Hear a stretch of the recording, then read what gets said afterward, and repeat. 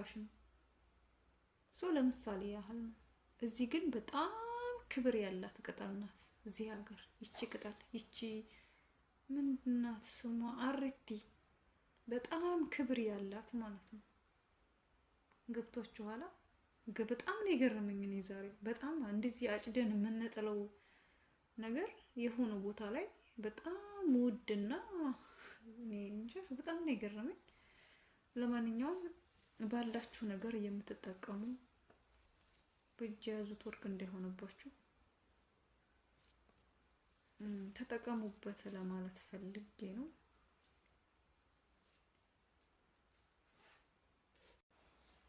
እና ምን ልላችሁ ፈልጌ ነው በስተመጨረሻ ሁላችሁም መጀመሪያ ለራሳችሁ ቦታ ስጡ።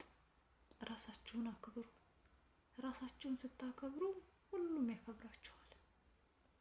እሱን ነው የተረዳሁት። እና እኔ የሚጣየን የወለድኳት ረመዳን ውስጥ ነበርና ማለት እኔ በወለድኳት በ15ኛው ቀን ረመዳን ገባ። አልጾምኩም ነበር ያንን አመት። ያው ከፋራ ይኖርብኝ አይኖርብኝ ባላቅም ገና ዘንድሮ ነው ጾም የጨረስኩት ሶላቱን 1 ወር ሙሉ ማለት ነው። እና ብቻ መጾም 1 ወር ብቻ መጾም ወላሂ በጣም ከባድ ነው። ግን የኔ ጌታ አስችሎኝ ጨረስኩት ማለት ነው። ጾሜን ጨርሻለሁ። ቀሩን ፈቷ አላቅም። እስኪ ጠይቃለሁ ደግሞ እናላችኋለሁ። እኔ አሁን እዚህ ያለሁበት ቤት ውስጥ እየጾምኩ ነው የመጣሁት ማለት ነው። ምግብ ምናምን ነገር ምሳ ምናምን ቢ ስትለኝ አይጾመኛ ነኝ አልበላም አልኳት። አትበይ እየጾምሽ ነው አልኩ። ቀኑ ሰኞ ነበር እንዲያጋጣሚ የሰኞ ጾም እየጾመች ነው የሱና ጾም እየጾመች ነው ብላኝ አለፈችኝ። 2ኛ ቀን 3ኛ ቀን ምናምን ስደጋገምበት ምንድነው ይሄን ጾም አትጨርሽም እንዴ ምናምን ነገር አለችኝ። አይ እንደዚህ ሆኖ ያልጾምኩት ጾም ነበርና እሱን እየጾምኩኝ ነው።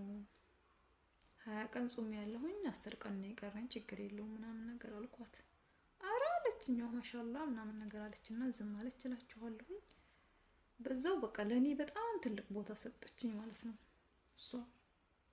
ከዛ በኋላ ያንን ጾም እንደጨረስኩት ረመዳን መልሶ ገባ ማለት ነው። ከዛ እነሱ ረመዳንም እንደገባ እዚህ ተራ ይሰግዳሉ።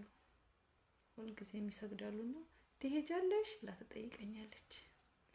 አዎ ሄዳለሁ እላታለሁ። ልነግራችሁ አልችልም የስራው ብዛት ማለት ነው። በቀን 4 ሰዓት ብቻ ነው የማርፈው።